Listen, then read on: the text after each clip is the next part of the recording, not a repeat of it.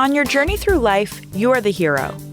There are times, however, when it is beneficial to have an advisor to guide you along your path. Welcome to the Smart Money Simplified podcast with Brent Mekosh, certified financial planner, certified investment management analyst, and co-founder of MP Advisors LLC. In this podcast, we provide you with financial clarity so that you have the tools to live your best life. Listen in as Brent guides you through creative solutions to various financial problems that business professionals, young adults, and retirees commonly face to make their money work. Now, on to the show. Hello and welcome to Smart Money Simplified with Brent Mekosh. Brent, how are you today? I'm doing fantastic. How you doing, Eric? I am excited. I mean, you are hitting the ground running. You've got another guest on the show, and that is Lacey Byrd. Why did you bring Lacey on the show today?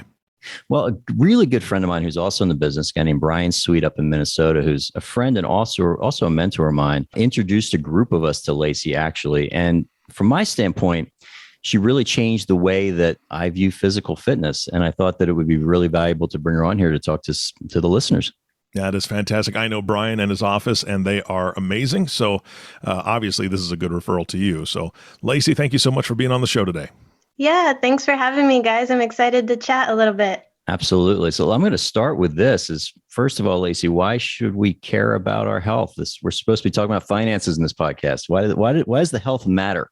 Well, I mean, without your health, why does it matter how much wealth you have, right? Like, that's the real wealth. That's true. Good point. My wife, she was Department of Development for Mayo Clinic, and so she deals with a lot of benefactors. And it's amazing that if there is a health concern, that everything else kind of goes by the wayside as soon as there's a diagnosis or a chronic illness or something like that needs to be addressed. So I agree with you. It's absolutely central and focal to what our life should be. But I could say from my own perspective, sometimes during the course of your life and when you're going about your day, you sort of forget about some of these health issues and focusing on them. So what got you into this business and where'd your passion come from in terms of really trying to help people improve their health and improve their lives? And I think that an extension of that, really, I'm a true believer, if you improve your life, your finances often follow. But can you give me some examples of why you're in the business and some things that you've seen? Yeah. So for me, it's kind of a funny story. Well, not that funny, but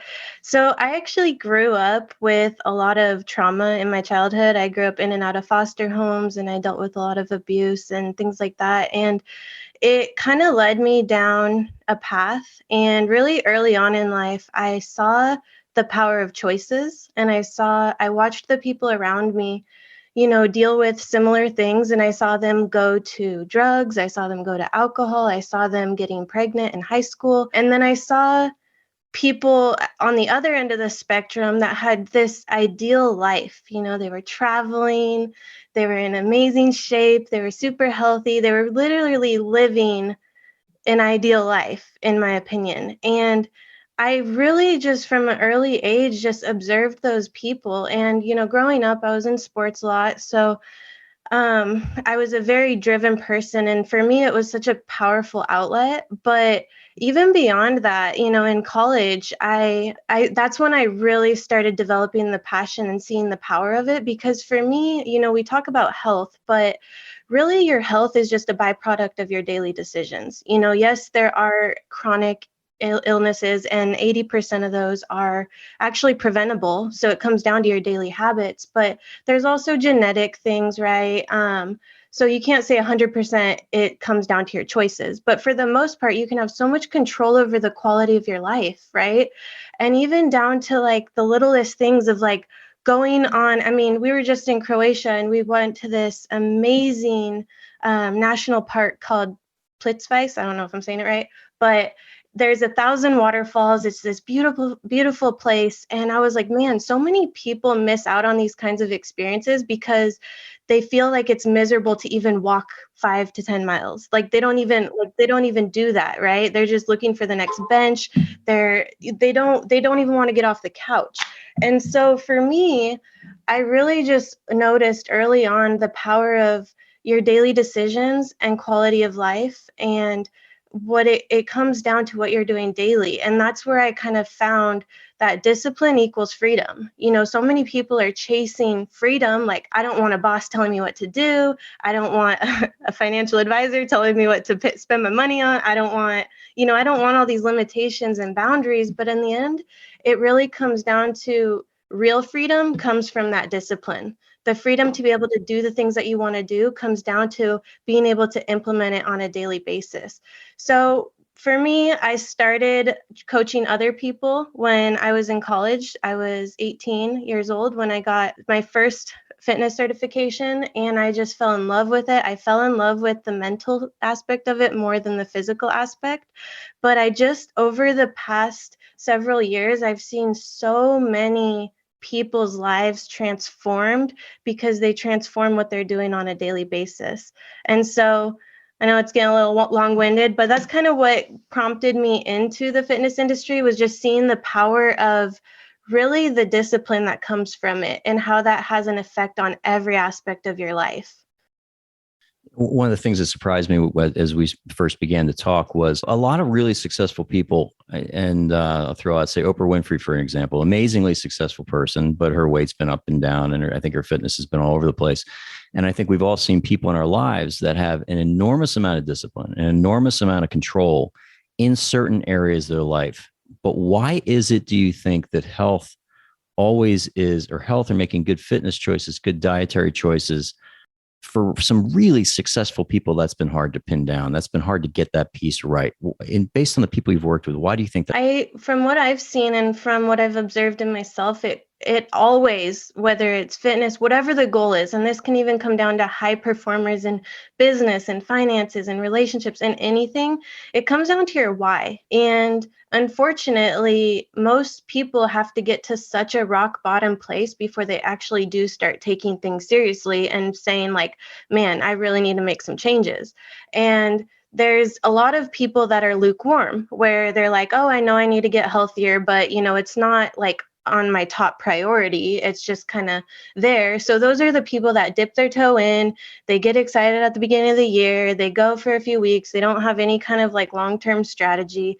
And then it's not really, they haven't changed their identity, right? And that's one thing that I've noticed is it comes down to, if you're quote unquote always the person that is trying to lose weight, you're always going to be that person. How you see yourself is who you are, right? Your perspective of yourself is who you are. So that's why, like, for me, I identify as an athlete. Even if I've eaten and gained like 5 pounds, I mean, I never gained more than 5 pounds, or like, I'm never, like, weight loss and weight fluctuation and health, it's not part of my life because I chose for that. Same with finances, same with relational issues. Like, I've created barriers, or for example, I heard a really good analogy about, when you're driving on the side of a cliff and so that it keeps you from going over. Well, the guardrails, they're not on the edge of the cliff. They're a couple feet before the edge of the cliff, because if they were on the edge of the cliff, by the time you hit them, you're already going over. And so there's guardrails in my life, and I try to help other people put those guardrails up in their life so they never get to that point where it's a slippery slope. But I think it really comes down to just being lukewarm about anything in your life, right? And not being clear and extremely intentional on what your purpose is and who you're creating and why you're creating it. I mean, I feel for myself, I feel like I am the best project that I'll ever get to work on, and I only get one life, I only get one body, and my body operates every aspect of my life. And the more that I take care of it, the more that I'm proud of it, and not in a proud of it to please others or to be this like picture of like, oh, I have a 6-pack, so others are going to accept me. But I always feel confident. I don't go on vacation and feel, upset in a swimsuit, or I don't feel like lethargic and tired when I'm going on a hike. If a friend calls me and is like, hey, you want to go climb a mountain? I'm like, absolutely, let's do it. Like, I'm always ready for epic adventures in my life. And that's something that's really important to me, is being able to always do that. Whereas, I think a lot of people get so stuck in who they are right now, or how things have always been. And so they're just used to those ups and downs. They're used to the fluctuations. And it, like I said, it really comes down to just being lukewarm and not being very crystal clear on why you're doing what you're doing, and really burning the boats and not going back and being like, I am creating this identity. So I am in process of becoming this person. You bring up a great point there, though. When you talk about creating an identity, most, and I have a theory that's based on a lot of things that I've read, but most people's identities are created over a long time, over a lifetime. It can reach back to things they were told in their earliest memories.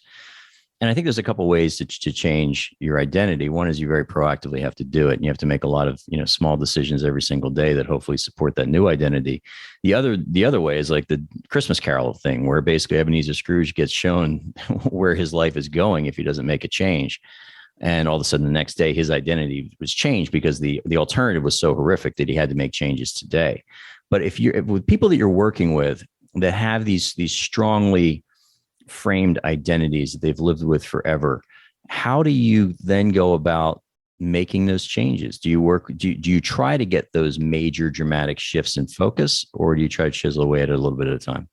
Yes. So I'm really glad you asked that, because there's a few tools that I use that are really powerful, and I've seen people's lives completely transform. I even had a client a couple weeks ago, and I literally made him, he's been struggling with his weight for some time, and I made him verbally say to me, I am an athlete. And like, he felt so uncomfortable doing, you know what I mean? How are you going to take pride in your health, pride in what you're doing, and actually show up and give it 110% if you don't even believe that?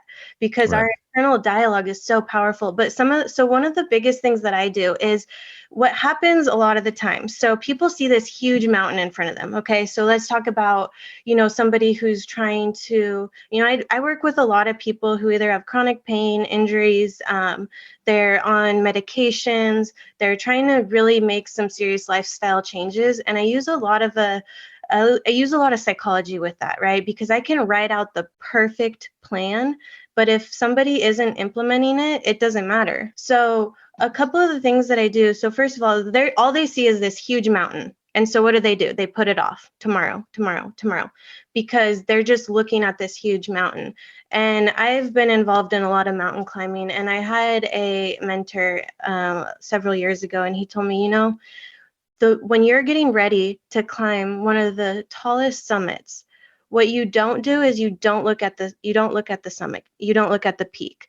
What experienced mountain climbers do is they look at their boots. They look at the next step, the next step, the next step, and they get in that rhythm, because it's who you become along the way that is the person who's able to summit that mountain, right? When you're at the beginning and you're looking at the top of that mountain, all you're thinking is, that's when all the limiting beliefs, the fears, the doubts, that's when all of those thoughts are going through your head. And that's when you're sitting at the trailhead and you're like, okay, maybe I'll start tomorrow. Maybe I should come back next month. Maybe I'll do this later. Like, I'm not ready yet. I need a little more time. And people will put it off. And that mountain just keeps getting bigger and bigger and bigger. This could be likened to like a pile of dishes, a pile of laundry, like whatever those mountains are in your life where you're looking at them. I'm just so big on helping people with their health mountains. But what it comes down to is changing that focus to looking at where they're at right now and finding, because so many people they're so focused on the result, not the process. They're not focused on falling in love with the process. And spoiler alert, in order to get the results and keep the results, you have to fall in love with the process. It has to be part of your everyday life. Like, sure, there's no shortage of quick weight loss tips and tricks, and starve yourself for 30 days and you'll lose 500 pounds. Sure. But it's about keeping that, right? And in order to do that, you have to fall in love with the lifestyle of waking up early and constantly improving yourself, bettering yourself, chiseling away at yourself, and creating that project.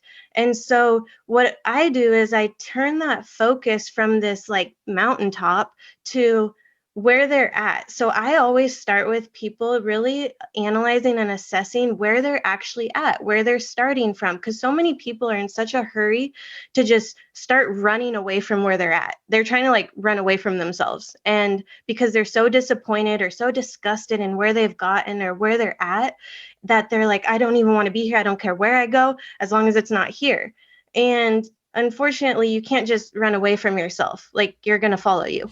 Not to interrupt you, but why do you think that is? Because even in conversations I have with clients when we're talking about their finances or talking about where they want to go in their lives, and in most cases, these are people that have been extremely financially successful by the time I get to talk to them. But there's so much self-doubt about what the future looks like and how they've gotten where they are, in spite of everything factually, everything that's right in front of their face, telling them that things are going pretty good. Where do you think that level of self-doubt in human beings comes from? And why is it such a challenge, not just in fitness, but in all areas of our lives to tackle that?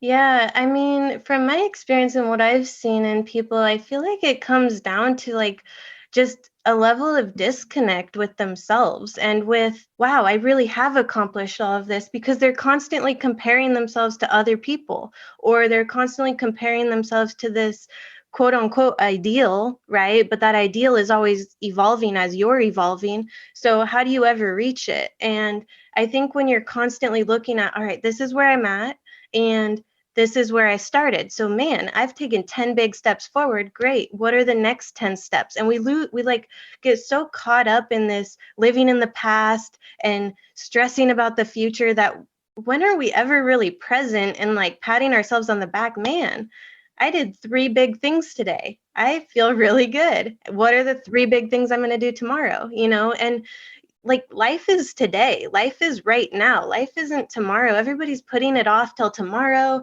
They're living in the past. They're stressing about the future. But so many people are, and the reality is they're like trying to disconnect from the present.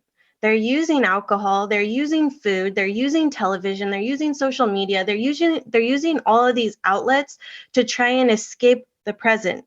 And when you really start to step into the present and really analyze, like, man, this is where I'm at, and you take real assessment. Like, one thing I'm really big on is I journal every single night, because otherwise I will get caught up in this like rat race feeling, or I'll find myself comparing, or I'll find every single night I'm very intentional. Like, if you saw how much structure I have in my day, it would probably frighten you and you would think I was like miserable or something because I'm living in a self-made prison. But I have so much freedom because of that. I'm able to actually accomplish the things that I say I'm going to accomplish. I'm able to do the things that I want to do because I'm very clear on what it is that I want to accomplish. And then I reverse engineer that and I turn those into daily habits. And then I create checklists for myself. I create different systems in my day to hold myself accountable. So I actually go towards those things. But I feel like so often people are, living in the past, and they have trauma that hasn't been dealt with. They have pain. They have all these different things. So they're running away from the past. They're stressed out about the future. And they're not even really present in the moment and living their life. Let me, if you don't mind me asking, because I know it's kind of a personal question, but you mentioned when we introduced you didn't have the easiest upbringing. You had some challenges.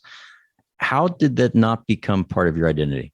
It is part of my identity, but I see it as a gift and a blessing because, and I'm not going to be over here and say that I always felt that way, because I didn't. I had a lot of resentment for several years, and it caused me, there was a big part in between that you're seeing where I'm at now, and you heard about where I started, but there was a lot of time where I didn't know how to have a real relationship with somebody. I was constantly living in a state of fight, flight, or freeze, and I was constantly anxious, depressed. I was addicted to marijuana. I was drinking almost every single day. I was married twice by the time I was 21. And that marriage wasn't going so well. And so there were a lot of areas of my life that I was just like a Tasmanian devil in my life. And because I wasn't addressing any of the reasons why. I felt like a victim. I felt like a lot of resentment for how I was treated and getting the shorter end of the stick in life. And I just constantly felt like, oh, like I, but then there was a point where I said, just because I didn't start out the way that other people do doesn't mean that I don't get to have what I want to have. And it took me taking full responsibility of my life. And I think that right there is the golden nugget, because that moment when somebody takes full responsibility for their actions. My husband and I, we were separated for a year and a half, and it just like every part of our relationship just imploded. I ended up having an affair. Like I just didn't even know how to have a relationship, and I pushed away everyone close to me. And it was during that time, we were separated for a year and a half. We filled out divorce papers. We signed them. We went and turned them in. And the only reason we weren't divorced was because we missed a signature on accident, but well, not an accident. Like it was in that moment that I was just like, man, I was running away from everything. And I was like, I can only run for so long before I'm isolated, alone, miserable, depressed, and unhappy. And that moment, it was like a come to Jesus moment where I was like, man, I need to take full responsibility for myself. I'm the problem. I'm the common denominator here.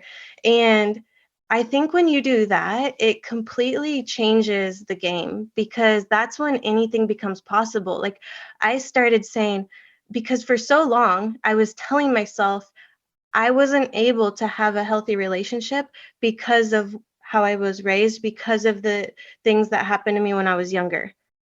And then I had a realization and I said, okay, I'm just going to have to work harder at it. And then we became like marriage retreat junkies. We read marriage books every night. We're constantly learning and growing, just like you would do with your business, right? And that's, I mean, with any area of your life, I feel like it comes down to taking responsibility and taking ownership. If you're living in a victim mentality and feeling like, whatever happened to you is like, it ruined your life, so now you're stuck in your present. I mean, even down to like, so I'm actually going back to school and working on my PhD right now. And for 10 years, I sat there and I was like, man, I got cut short. Like I've always wanted my PhD and I didn't even get to finish it because I was in foster care and blah, blah, blah, blah, blah. And then I was like, that's ridiculous. The next 10 years are just going to pass and I can either do it or not do it, Yeah. And so it really comes down to letting go of those things. And to be honest, I've done so much internal work and I've had so many mentors in my life and coaches. And I've just done a lot of work to move past that. And I feel like that's what it comes down to, is recognizing the areas of your life where you're like, man, this area is just kind of like, dirty. It's got some dirty corners in it. There's some dust in there. And then it's connecting to the right people and just working on those areas. But here's the thing that I'm curious about, is because in many times when you have those I call them like a road to Damascus experience, where all of a sudden the world's shown to you and you have a decision in terms of how you're going to respond. The easy thing to do is to get pissed off and shut down and say, it's not my fault. The really hard thing to do is to look at yourself and say, whether I am 100% or at least partially responsible for getting here, I'm 100% responsible for getting myself out. But it's that first step, that first action. I'm a big believer in taking some action. If you get stuck, take some action. Just move the ball forward a little bit. You might move the ball back a little bit, but maybe that opens up a hole that then you can move through. But what's that first, if someone is listening to this and they're looking in the mirror and they feel terrible about themselves, they've got a physical problem, they might be on prescription meds, they might be drinking too much, they might be just uncomfortable with where they are in life. What is one tiny actionable step? And I want to talk about small actions versus big actions. Let's start with the small one. What's one small step they can take today to get them on the right track? Yes, I love that. So first of all, getting clarity on where you're going, that's such an overlooked piece, because everybody's in a hurry to run away from where they're at. But when you get clear on where you're going, one exercise that I do often is, well, not super often, but like at least a couple of times a year, is I have something called a dream journal. And basically what I do is for 30 days in a row, I go in each morning. So I'm a big believer in doing this right after your workout, first thing in the morning, because that's when you're in a peak state and you're not living in fear. You're not living in limiting beliefs. You're living in this place of like, I can accomplish anything. And right after that, you're in a heightened peak state. And one thing that I do is I write down my 10 biggest dreams for my life, like my 10 biggest goals, right? These things that I want to accomplish in my life. And not just things that are going to make me feel good in the moment, but like something that I've been saying, for example, the PhD thing, right? Something that I've been saying and carrying around with me. And I write those down. So I write down 10. The next day, I write down 10, but the key is I don't look back at the previous day. If I'm like, what was number 7 again, right? I write down the 10 that are on my mind that day, and I allow myself to evolve. I allow myself to go deeper into the dreams. I allow myself to like let some of them go as well, you know? And so I just meet myself where I'm at that day, and I write them down. And at the end of 30 days, what I do is I go through and I look at what are the ones that are consistent? What are the That's a areas great that idea. I'm like, wow, this is really important to me. I'm thinking about it every single day. Why am I not taking action on it? And then what I do is, so I create pictures, and I'll send you a picture of this later, but I look at, okay, these are my 10 biggest dreams right now. And then I print out very specific pictures. So a lot of people, like, I'm sure you've heard of a vision board. A lot of people do it and they like go through like Home and Garden magazine and they're like shopping for a nice car, a nice house, a nice family, like this and that. But like none of that means anything to them, right? And so just as quick as they did it, they're not doing it. But what I do is I go in these 10 dreams, I print out very specific pictures of them, and I cut them out. I tape them to the front page of that journal. So the inside page, I tape them in or glue them in or whatever. And then I put down dates. So I put down dates of when am I going to accomplish this by? And then I get very specific and I list out on the first 2 pages, what exactly is it going to take to accomplish this? And I'm not living from a place of like limiting myself based on my current circumstances. I'm not like, it is literally all barriers are down, and I'm saying, what exactly is this going to take? How much is it going to cost? Who do I need to talk to? How much time? What is it going to take to accomplish this goal? And then I reverse engineer that. And basically every single day I have a little checklist inside of that journal.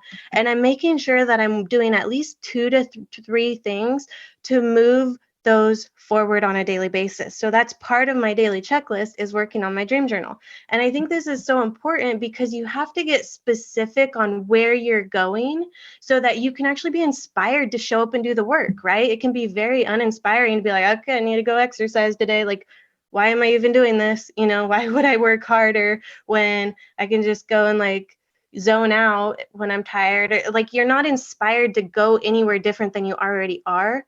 So I think when you can do that, it's like what happens is you lose sight of your current circumstances and you're so focused on what do I need to do to make my dreams happen? And you're always living in that, because then you start accomplishing those dreams and you're allowed to dream bigger. I mean, that was a realization I had a couple years back where I was like, man, if I'm always carrying around the same dreams with me, I'll never be able to make new ones, you know? Right. Like, I'm just going to spend my whole life like saying, man, I've always wanted to do that, or I really want to do that. I'd rather live a life of action, like you said. And here's something I've seen it in people that I know, I've seen it in my own life to a certain extent as well.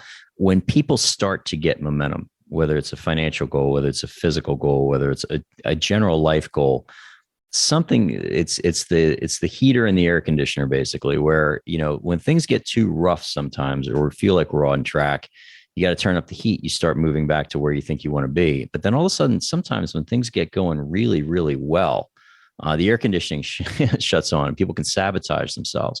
And so for somebody that is maybe new to this and really, and just starting to goal set, starting to work toward those goals, and they begin to see some real progress, then they fall off they fall off the plan because something is psychologically triggering them to revert back to their old life. Do you see that? And if you do see that, how do you derail that process from happening?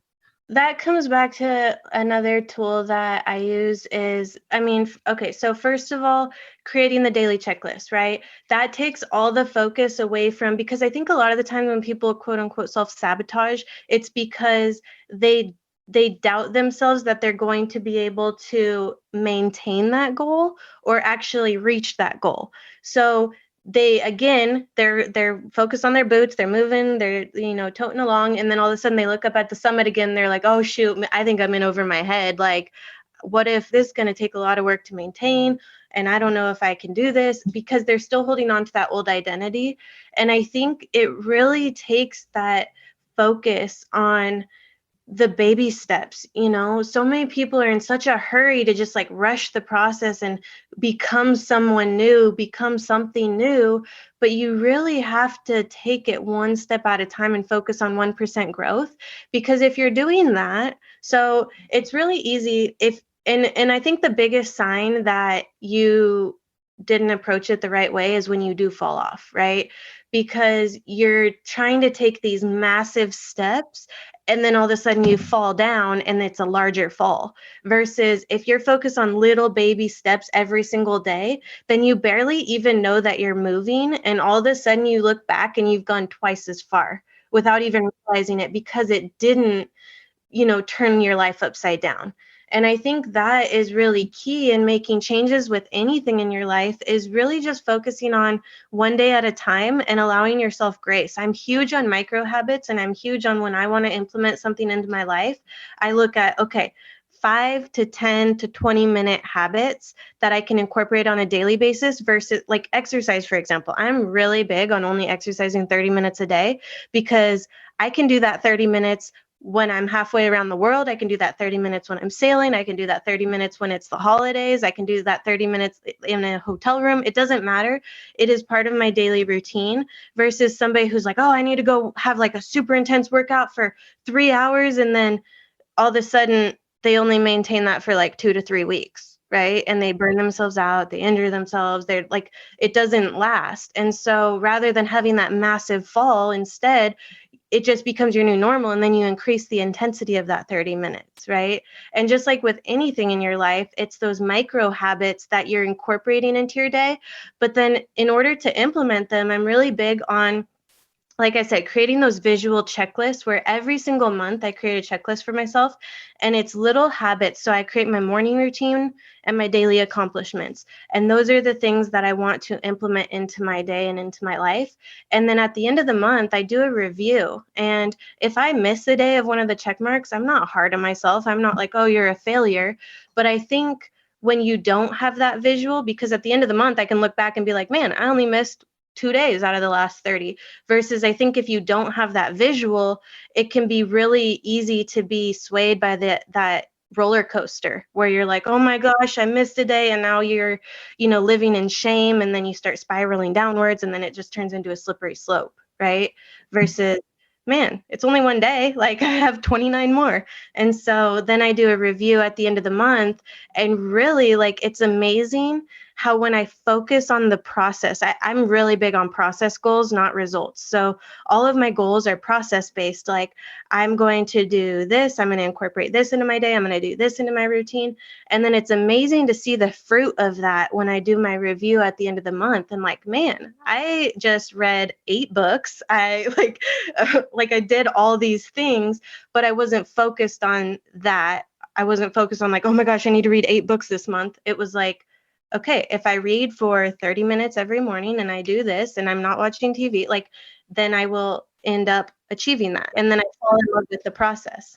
You really nailed something there. I think that one of the things that's, as a person that is big on goal setting, both personally and with the business and also, with my family and everything else, what I've found is if sometimes you set out to achieve that big goal, and it's important to have that in the background, but I know the areas of my life where I've made the biggest changes have been where I haven't really goal set as much as I have tried to change habits. And because if you're doing certain things on a day-to-day basis, the results it's almost inevitable. You almost can't stop the results from coming if you're doing all the things that are going to lead to that result. And I think about in terms of what you're saying, these small goals, there is a finance correlation with that, in the sense that, we have people that can come in sometimes and they want to know where they can get this giant return tomorrow. Where what I say to people, I don't know if you've seen the movie, Moneyball, with Brad Pitt in it, but it's a game of singles and doubles. You hit singles and doubles, you get on base all day long. You're eventually going to get where you want to go. And I know from my own personal perspective, from the fitness standpoint, because you and I have talked, this, I have set big fitness goals, and sometimes I've achieved them. Other times I've gotten injured, and I just think that's a very interesting correlation there. Again, it's these small micro habits, it's these small things that get you in the game every day, just moving the ball forward, that are incredibly powerful. And I think you can apply that in all areas of your life for sure. Yeah, I definitely agree with that financial correlation, because, it really comes down to discipline, right? And it comes down to knowing, so many people are conditioned to do this like instant gratification. Like when I'm stressed out, I'm going to go buy something. When I'm like, it's just like whatever their thing is, it's like it comes down to instant gratification. And versus building that long-term joy and that life by design that you want. And whether it's your health, your relationship, your finances, whatever it is, it's really looking at your life as like this canvas, like a blank canvas. And I don't think many people do. I mean, sure, there are a lot, but I think like we talked about previously, people will be focused on one area of their life and kind of neglect the other areas. And I think they're all so tied together, right? Like, sure, I can, be in this awesome physical shape and I can do anything I set my mind to and I can experience all these things, but I need to be disciplined with my finances and as well in order to be able to actually achieve those things. And in order to not let money control me, but for me to control money. And that comes down to discipline, because if you're constantly like, it comes down to, what are you using money for? Are you using it to create the life, the future, everything that you want? Or are you using it to escape your current situation? Are you accumulating more things? Are you like, what are you spending your money on? And does it lead to your long-term vision and goal? Or is it just to escape your current reality? I got a couple of final questions for you. As you work with people all over the country and all over the world, and as we've got clients now, I think in 26 states. The last 2 years have been really, really tough on a lot of people because they've been very isolated. Their lives have been turned upside down and interrupted by, obviously, of course, what's been going on with COVID and everything else. For people that might be feeling that way, what have you seen in your experience in the last 2 years that can really help people snap out of that, to get their lives back on track after having something artificially placed on them by the outside, by the way, something that had nothing to do with them, that might have impacted their business, impacted their lives, impacted their families? How do they change a channel from that? I think, first of all, turn off the news. I'm a big fan. I agree with that, by the way. But really, like, filter the information that's coming in. Like, I personally don't watch any news, and I barely watch even any TV. I do use social media, but I use it as a tool. I don't go on there as a recipient. I go on there to add value, and I create time limits for myself, and I create time frames for myself. And I think when you can do that, like, you don't even really know that there's going in or there's anything going on. Like, I know this sounds crazy and weird because it, like, so much of the world is wrapped up in it, but a lot of my clients are saying the same thing. When you disconnect from, because either way, it's going to be, you have people living in fear on both sides. There's so you so have much people of that right now. Yeah, like you have people, whatever side they're coming from, or front, side, back, left, right, it doesn't matter. Like, whatever side, people are living in fear. People are living in a place of not knowing what the future holds. So again, this comes back to control what you can control. And I'm a huge advocate of that, is focus on what you can control, not what you can't. And when you do that, I don't live in any anxiety of what's going on. Like, I'm not even up to date with anything that's going on unless it specifically pertains to my travel schedule. No, just kidding. But like what I'm trying to do in my life, because at the end of the day, like, one of my largest values is authentically connecting with people and being able to meet people where they're at, talk to people, relationship, and just be present. Like, who knows? I could die tomorrow. I could be in a car wreck. I don't know. Like, I don't know what the future holds, period. So I'm not going to let fear of tomorrow control my today and steal my peace from today. So I'm just going to live every single day to the best of my abilities so that I don't ever end up in a situation where I am on my deathbed and feeling like, man, I wish I would have lived, because we're all going to die. We're all going to. And so it's really about what you're doing with every single day and what your present looks like, because we can't control the future. And so I think when you filter the influence that's controlling you, and if you are somebody that's living in anxiety and fear of like, I just don't know what the future, well, none of us knows what the future holds. So there's peace in that, but really just focusing on what you can control and letting go of what you can't, and just making sure that you're firm on your own value systems as a guiding compass to your decision making, but then also, yeah, just being in the present. I think that's the biggest thing. And you might have answered my final question here, but if you're speaking to our listeners here, if there's one action that you can take today to make your life better or get you on the right track, what would you say? I would say first and foremost, because this is going to look completely personal to everybody, right? So we get so caught up in this comparison thing, like, oh, in order for me to get on the right track, I need to model so-and-so's lifestyle or this person's lifestyle. And we get so disconnected from ourselves and our own goals and dreams. And I believe that our dreams are very specific to us. And so going back to the dream journal, I think that's the most important thing is before you move or take any steps, get clear on what you want your life to look like. Like if you could paint a picture, if you could paint your life, because you really can. And trust me, like I have gone the full spectrum of lifestyle. Like I look back and I'm like, I've already beaten all the odds. Like everything now is just like borrowed time, basically. Like it's amazing that I'm not in jail or on drugs or whatever, but it's really like you can create whatever you want, but it comes down to what you're doing on a daily basis. So in order for you to show up and implement and actually show up and do the work, you have to have a strong enough why. And in order for you to have a strong enough why, you have to be very, very clear on where you're going. And that can't be a reflection of someone else's lives. It's not keeping up with the Joneses or the Kardashians or anything like that. It's about what are you on this planet for? What is your gift? What is your purpose? What are you here for? And what do you want your life to look like? Right? We get so caught up in instant gratification that it can feel so hard to like do anything outside of that.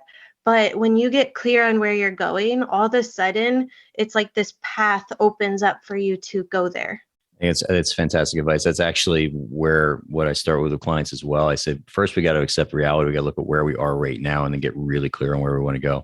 For anybody that wants to find you online, how could they learn more about you, Lacey? Yeah. So website is hybridathletetraining.com, LinkedIn, Lacey Mystery Byrd, Instagram, Lacey Mystery Byrd, Facebook, Lacey Byrd. Reach out to me. I love connecting. I love talking and demythifying things. So I'd love to hear from you. That's awesome. Thank you so much for joining us today on this. And it's always a pleasure to talk to you. And I always learn a ton whenever I hear what you have to say. So thank you from the bottom of my heart. Thanks for having me. It's been fun chatting. Absolutely. Brent and Lacey, what a fantastic podcast. Lacey, such a positive message. I'm so glad that you gave your contact information. I'm just going to echo what Brent said. Thank you so much for being on the show. Of course, Brent, thank you for bringing her on the show. And our last thank you goes to you, the listening audience. Thank you so much for tuning in and listening to the Smart Money Simplified podcast with Brent Mekosh. If you have not subscribed to the podcast yet, please click the subscribe now button below. This way, when Brent comes out with a new podcast, it'll show up directly on your listening device. This makes it really easy to share these podcasts with your friends and family. Again, thank you so much for listening today. For everyone at MP Advisors, this is Eric Johnson reminding you to live your best day every day. And we'll see you next time. Thank you for listening to this episode of Smart Money Simplified Podcast. Have any questions about topics covered during the show? Visit www.smartmoneysimplified.com or give us a call at 602-255-0555. Don't forget to click the follow button below to be notified when new episodes become available. The information covered and posted represents the views and opinions of the hosts and/or guests and does not necessarily represent the views or opinions of Raymond James Financial Services Incorporated. The content has been made available for informational and educational purposes only.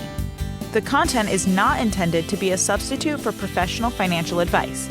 Always seek the advice of your financial advisor or other qualified financial service providers with any questions you may have regarding your individual situation. Securities are offered through Raymond James Financial Services Incorporated, member FINRA, and SIPC. Investment advisory services offered through Raymond James Financial Services Advisors Incorporated, MP Advisors LLC, is not a broker/dealer and is independent of Raymond James Financial Services.